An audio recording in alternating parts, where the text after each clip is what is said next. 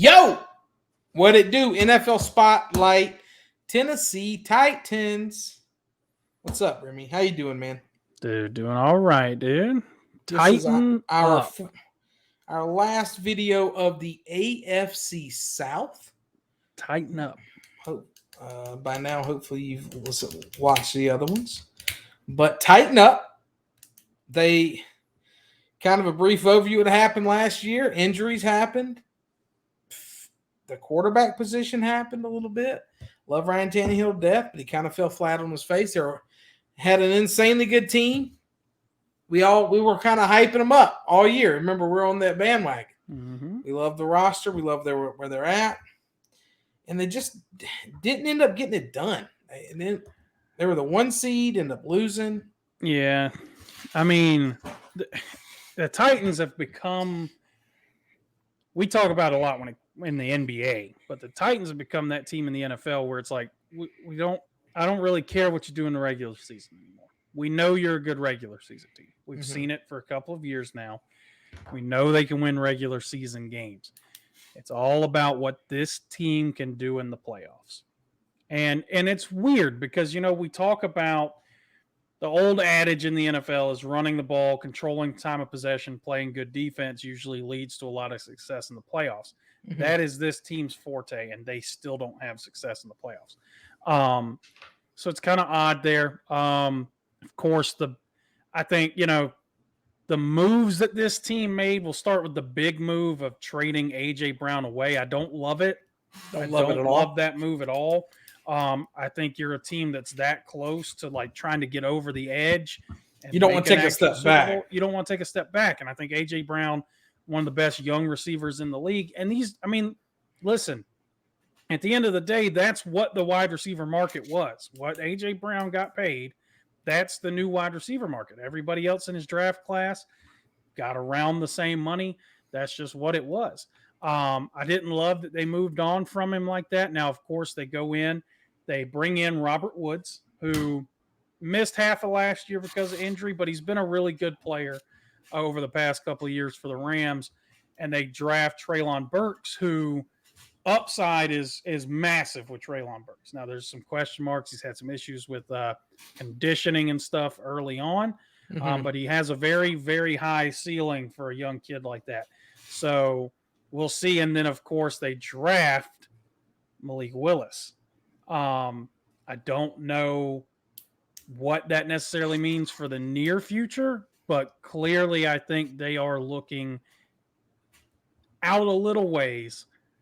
But I believe that move was made as a replacement for Ryan Tannehill. Whether that is this year, that's yet to be seen. Yeah, I don't think it'll be this year. I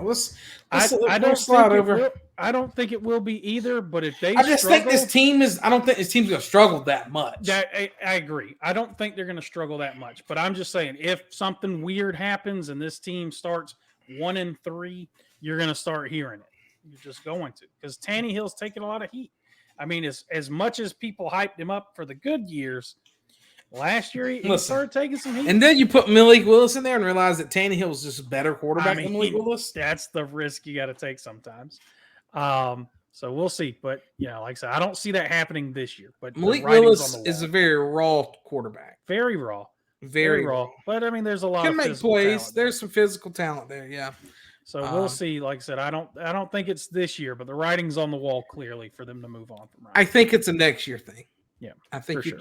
Next year, you especially if they fall flat in the playoffs again. Yeah, but I think Tannehill and Malik Willis, they have the number 2 QB room in this division. I agree. Behind the Colts, of course. It's a put up or shut up for Ryan Tannehill. This is definitely his ass is on the chopping block for sure. He's got the young rookie breathing on his neck a little bit. Like I said, I think he's pretty far from being ready for the NFL. I don't disagree. He had a good preseason, but of course preseason a lot different than what we see in the regular season. So, like I said, I don't foresee a change being made this year. I'm just saying if Tannehill doesn't, last year 21 touchdowns, 14 picks. It's not a great year. There's gonna be talk. There's gonna be chatter. Yeah, I agree. Running back room is also this is the best running back in the country in the NFL. Derrick Henry's unbelievable. He was injured last year. If he wasn't injured, he kind of came back and was just not Yeah, himself. he wasn't there. He wasn't back yet. He rushed it a little bit. You can kind of tell. Well, this is the second best room behind the Colts. I think the Colts 1-2 is a little better than what they had to offer here in Mhm. Tennessee. I think Derrick Henry's the best running back in this division and in the NFL. Yeah. And I think Jonathan Taylor's the second best running. Yeah, I mean, it's- yes. it's pretty close for that one. Yeah, it's just wild, man. Because, like I said, if Henry had played all year last year, the pace he was on, we possibly would have seen back-to-back 2,000-yard seasons, and he was probably pushed 20 rushing touchdowns. The dude's just unbelievable. He's just unreal, unlike anything we've seen in a long time. So yeah, we kind of go 2. So we're going 2 at the running back room. All right. So break down the pass catching room here, Remy. So the pass catching room. Now, if you go across this division, I will say this division as a whole, this is their weakness. They the don't pass have catching room. Yeah. It's not a great pass catching room in any of the teams, really. But I think this is the best of the division because Robert Woods is a proven asset. I don't necessarily know if he's a 1, but he's a very high end 2. And Treylon Burks, while I don't think Treylon Burks is A.J. Brown, he is still a high draft pick at wide receiver who very well could be a star receiver. I think his upside is massive. If you just look at him physically, he is, 6'2", 225. He's a Coming big out of Arkansas, guy, big guy. big dude. So could take that A.J. Brown role, A.J. Brown's a special football player. He is. You don't just get, and that's why I don't love the fact they didn't bring him back. You don't just always stumble into an A.J. Brown type of player. So their hope is Treylon Burks can be that kind of guy. Austin Hooper, I've never been an Austin Hooper guy, but I will say, let you know how bad this tight end position is in the this league. tight end positions in this division. He's probably the best one. He is the best one. So like I said, I don't. Maybe the Jags tight end. This set of pass catchers doesn't wow you off right off the rip. But none of the other ones do either. They got a lot. Treylon Burks better be good. Better be good. Just because he's their new A.J. Brown. Yeah, he has to be. Unlucky, bud. You got big shoes to fill. You got some big shoes to fill, bud. Got big ones to fill. So give me your top 4 wide receivers in this division. The best wide receiver in the division is Michael Pittman. Then I'm going to go Brandon Cooks. Then I'll go Robert Woods. I'm going Christian Kirk. And then I'll go Robert Woods. You're going to go Christian Kirk.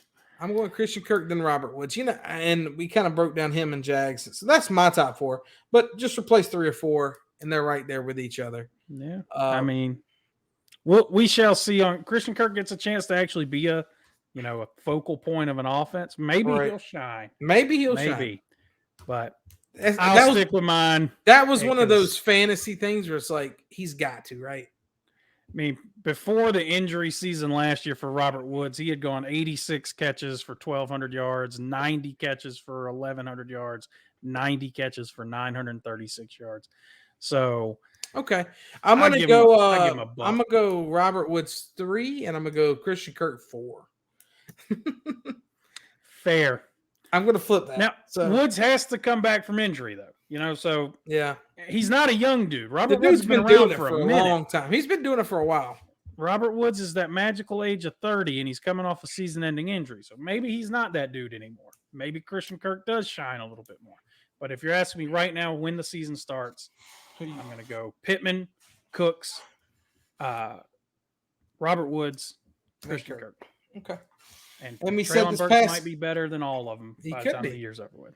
He could be. I don't know. Pittman really balled out, but he could. This Treylon Burks has some talent. He's got some big shoes to fill. So we're saying 1 on this group.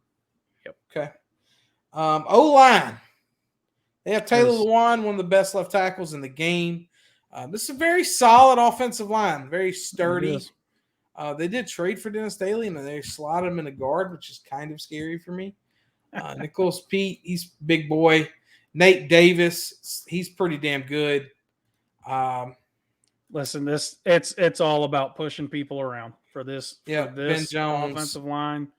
It's creating running lanes, and one thing about Derrick Henry, you got to be a little bit bigger lanes than most. So they know what they're doing. They're just like I said, it's enormous offensive lines. Most offensive lines aren't going to wow you, but they get the job done. I mean, like I said, they look how good Deonta Foreman was when he came in Right. for an injured Derrick Henry.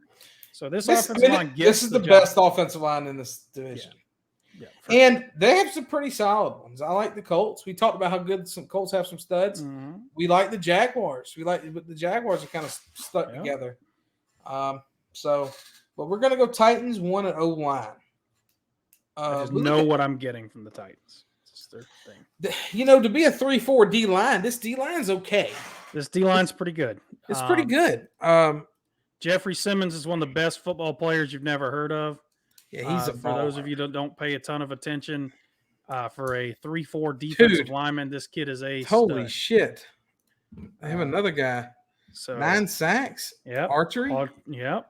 Maybe also we got this a one baller. wrong. So, and of course you got the big boy in the middle who's he's just there to take up space. He's there to take up room. But Simmons and Autry they're very good football players. Very good. So we gave the Colts 1 because of how good DeForest Buckner is. Yeah. I'm willing to stick with that because when it's a 4-3. It's a 4-3. You've got an extra player. You have I think if Kwity Paye comes out to be the first round pick they expect, and they have the other kid from the Buckner Ravens, and Yannick, I think you're looking at 3 really good defensive linemen in Indianapolis. This is a sick 3-4. This is very good. This is very good, and I think this is probably one of the best 3-4 defensive linemen. For sure. For sure, one of the best 3-4s. It's a little bit of a disadvantage when you run a 3-4, and we're going to grade you not including your outside linebackers. Right. But Simmons and Autry, you can't really ask. Jeffrey Simmons, if y'all have never watched that dude play football, he's an animal. He's dominant, dude. He's a dominant football player. He's fun to watch. Big boy in there pushing people around. Behind the Colts. Close. It is close. Which is be sick to be a 3-4. Close. And then we'll go into linebackers here. This is a good linebacker room. It's a very solid linebacker room. You got Bud. Now, Zach Cunningham. The big thing for them is that guy right there. Go back, Bud Dupree. Yeah. Paid him a lot of money. He's got to have more than 3 sacks. Got to. He's the big question mark.